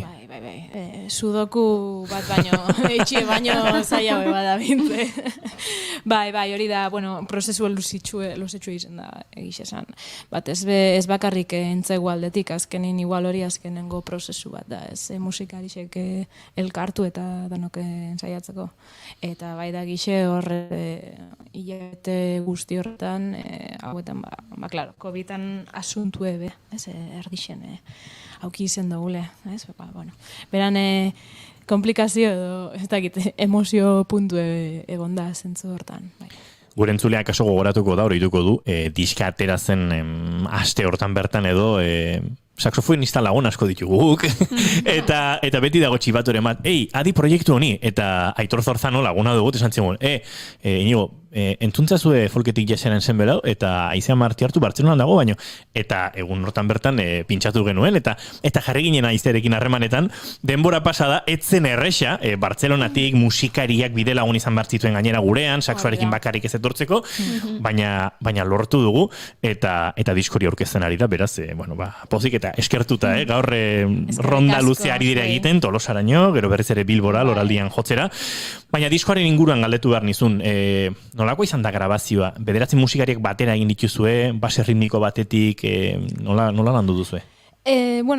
Diskaren grabaketaren filosofia danok batera grabatzi izen zan, arrazoi askoren gatik, gestio aldetik, eta txebe, ipatu dute modun, pixka pentsakera aldetik, beraz, gure erabakixi izen zan, musiko danak batera grabatzi. Orduan, berez esan lehike dizkue live edo zuzeneko antzerako gauza bat dala, ez dagoen instrumenturik, ez aislaute edo ez da zatik grabau. Orduen, izan ere, badauz pare bat bideoklip YouTubeen eta berton ikusi leike zuzeneko grabaketa zela izen zen. Danak, holan borobilen jarri, danak beran mikrukin eta zuzenien... Jagurra. Toma batzuk grabau eta onena erabaki eta listo, aurrera. Horre, aipatu ditugu lehen, Carla eta Lucia, zurekin batera, saxofoi altua eta soprano jo dituzu, Sergio del Campo zeharkako flauta eta ulertzen dut bera dela pikoloa jo duena, Joan Marzaukek trompeta, Julio Marinek klarineta eta klarinete basua, Jofre Alemanik saxofoi tenorea, Eneko Urrestarazuk tromboia, Lucia Fumerok pianoa, Carla Gonzálezek kontrabasua eta Paul Ribok bateria. Hori da zerrenda. Zerrenda hontan ez da geri, baina okerez pagara diskoan ere hartu du parte eta zure irakasle izan den Benitez jauna. Hori da, Benitez jauna. Lehen entzun dugun lehenengo kantu hortan ari zen. Hori da. Tenorearekin zegoen bera? Tenorearekin, bai. Dao txori kantan, berton, berak eitzen dago solo, erdiko solo Lucia. Aipatu dugu horre Eneko Urrestarazu tromboian. Esan daiteke, aztakit Gorka Benitez izan zen pixkate bidea ireki edo Bartzelonarako jaserako bidai hori, Euskaldun musikarientzat. Neurri batean abiatu zuena, gaur egun bazarete gehiago, Aitor Rotegian dabil, Asier Sarasolarean di dabil, Urrestarazu bera, Asier Sarasolarekin bizi da gainera. Bai, eta Eneko bizi izan zen. Beraz, gaur egun bazarete gehiago esmuken giro hortan murgildu zaretenak, baina Gorka Benitez bai izan zen, akaso Bartzelonara begira edo Euskal jasa jarri zuen horietako bat behintzat. Bai, eta baitxebe Victor eta Juan de Diego behan badaukeguz. Digo, irakasle bezala dabil gainera orain, ezta? Bai, hori da, bai. Eta Victor ere uste dut, ez dakit, ez dauketu zargi, baina bai. Bai, esan lehike ja oindala markada batzuk, euskal musiko baten bat, Bartzelona etzkuntzala. Diskontan, diskoa bai, Bartzelonan grabatu, baina zigiluak ere baditu oso gureak, errabal jazen zigilua ikusi dugu diskoan, hor dago Gaztelupeko hotxak edo hotxaken zigilua ere, Berkami kataluniarra da, baina uste dut Berkamin parte hartuten asko ere euskaldunak direla, beraz, bada musikari kataluniar askorekin, Katalunian grabatu, baina Euskaldunetik ere doinoak bezala fusionatu dira, jasa eta folk Katalunia eta Euskal Herria, ez? Bai, guztiz, bai. Harremon ona daukegu esan lehike, ez da, bai. Diskoaren azala ere etxean egina, Jone Sastrak ilustratzaileak egin du, beraz hori ere etxeko beste osagaietako bat dugu. Hombre, niretzako beharrezko esan, azken baten euskal produktu bat da, eta batez bez Euskal Herriko publiko antzako, donok disfrutau leike, baina bueno, azken finien euskal kantak die, eta beraz nintzako beharrezko esan diskografika edo disketxe euskaldun baten eitxie diskue, eta hortaz aparte, bueno, diseinadori euskaldun eizetien, nintzako berez ixe eta beharrezko esan. Tarte honetan, Inigo, gai teknikoen inguruan edo galdetzen du. Bueno, hau ez da oso teknikoa izan, baina ez entzunea izan. Inigo, galdetu jozu gauza bat. Lehen, dilatazio ritmikoa. Ez, ensaiatzen aizean, eta izketan aizean aber nola ingo deun edo ez. Eta orduan aizeak esan du, bueno, yo puedo dibujar un poco. Zer nahi du horrek? Bueno, berak esplikatu diko ditu, nik esplikatzea berak. Marrazkirik edo dibujoiek melodiak berak dira, ez? Horren doinen gainetik egiten diren erabakiak. Batzutan improtik, beste batzutan izan daitezke tematik, baina bueno, ez da gira izak esplikatuko ditu. Ez lotxe amateziten gonditza. Aizu, ez? Ez, bueno, azken finien, formatu honetan, ikusiko duzuen formatu honetan, claro, redukzio bat edo, izen da, beraz, hombre, zati batzuk dauz, improvisazio alde garrantzitsu daukiena, orduan, dibujar un poquito, bueno, azken baten esalditxo batzuk, ez olako toke, pixkate, ez dakite, ponerle un poco de sal y pimienta. Gero dauzkate, itzpile bat oso, likak dauzkate, dibujoa dauzkate, motiboak dauzkate, grufa dauzkate, obstinato dauzkate, bueno, obstinato igual klasikoa da jasera baina, ez? Bai, más klasiko, bai. Baina, argot oso bat dago hor beraien mundu hortan, Pillo bat, noski baiet. Bueno, ez dakit, ni izea marrazteko une hona izan daiteke. Bai. Bigarren abestiaren bila joango gara, ez da? Bazen ba. Aita semeak dagoki orain? Perfecto, bai. Venga, aita semeak entzungo dugu segituan.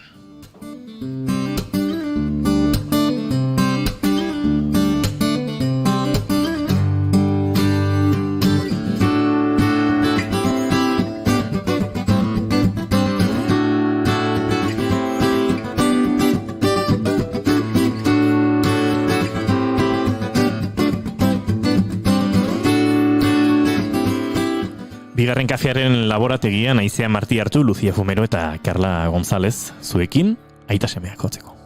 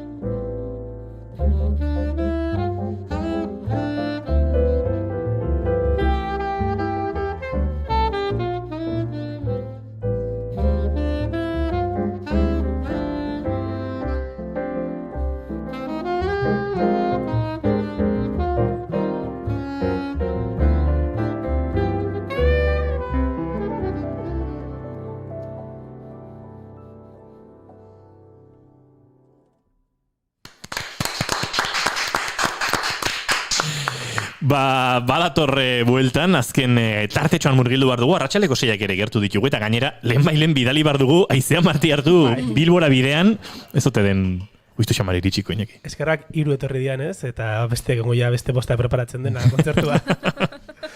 Denan dontolatzen, hoxe, zeten aikea, ja aipatu dugu hasieran, baina hori 6 jotzea beta, 7, uste da gatzutela kontzertua zuek ez? Ui, ama, ez izun mikro eriki barkatu. Ui, soundcheck. Bai, saxoarekin balitz igual emango liokez saxofonistek mikroak, beste gabe. Baina ja, hotxarekin gehiago behar da. Hortzta 7, loraldia barruan. Bai, entxo ja, 7etan. Bilborako ez. Bizko. Bakigu errepidia antxuabe, baina lasai, seguro iztezetela garaiz eta. Eta hau izango da zuen lehen kontzertua? Bai, eta nolako hasiera ez? Amasei garrenean aidan ez, azkenean.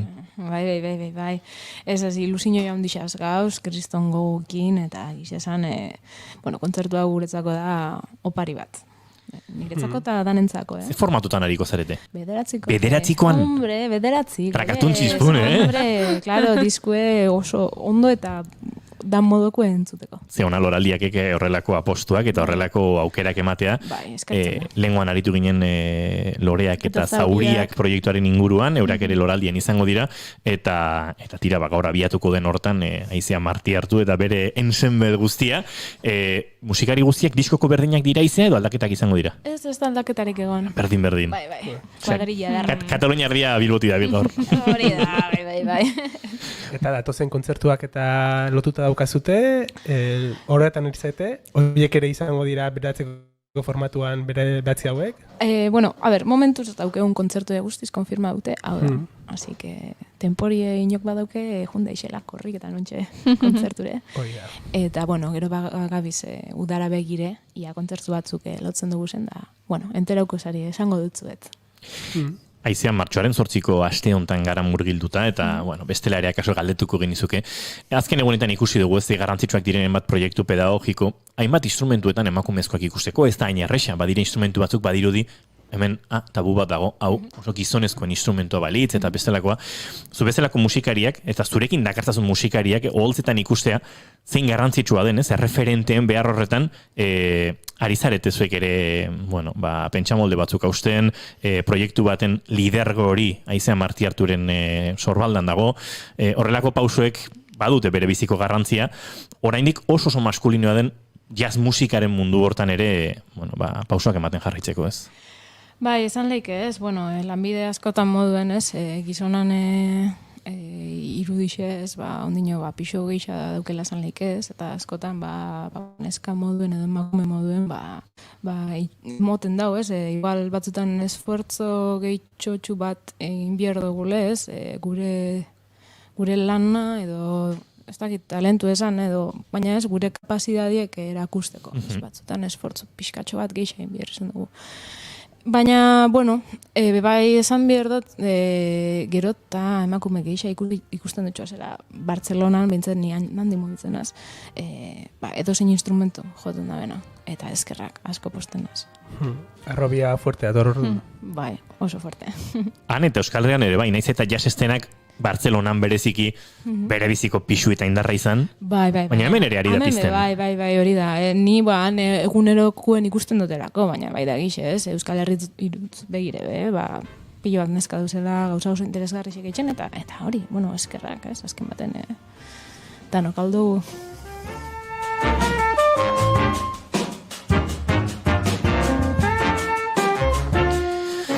Iñaki Goiuri, zuek beste galderari botatzeko intentziorik baduzue, bota eta bestela martxa egiten utzi behar dugu, neskau? Noski. Baixoa, bestela ez da iritsiko. Azken kantua joko du. Aizea Marti hartu benetan mila esker, duela hilabete batzuk harrematan jarri ginenean ez zirudien erresa bera Tolosan bigarren kaferen laborategian izatea, baina lortu dugu eta eskertzen dizuegu indako esfortzua. Mila esker, gomidatzea. Azkeneko kantuarekin, aldapekorekin agurtuko dugu, elkarrizketa akustiko hau, kakapila loraldian, lora kakaz bete da jezera. Hori da poesia. Qué bonito. Eta ondo joan dadila eta proiektu honen berri jarraituko du izaten, eta noski gure entzule jarraituko duten zuten folketik jazeren zenbel. Mila esker. Mila esker, zegoai.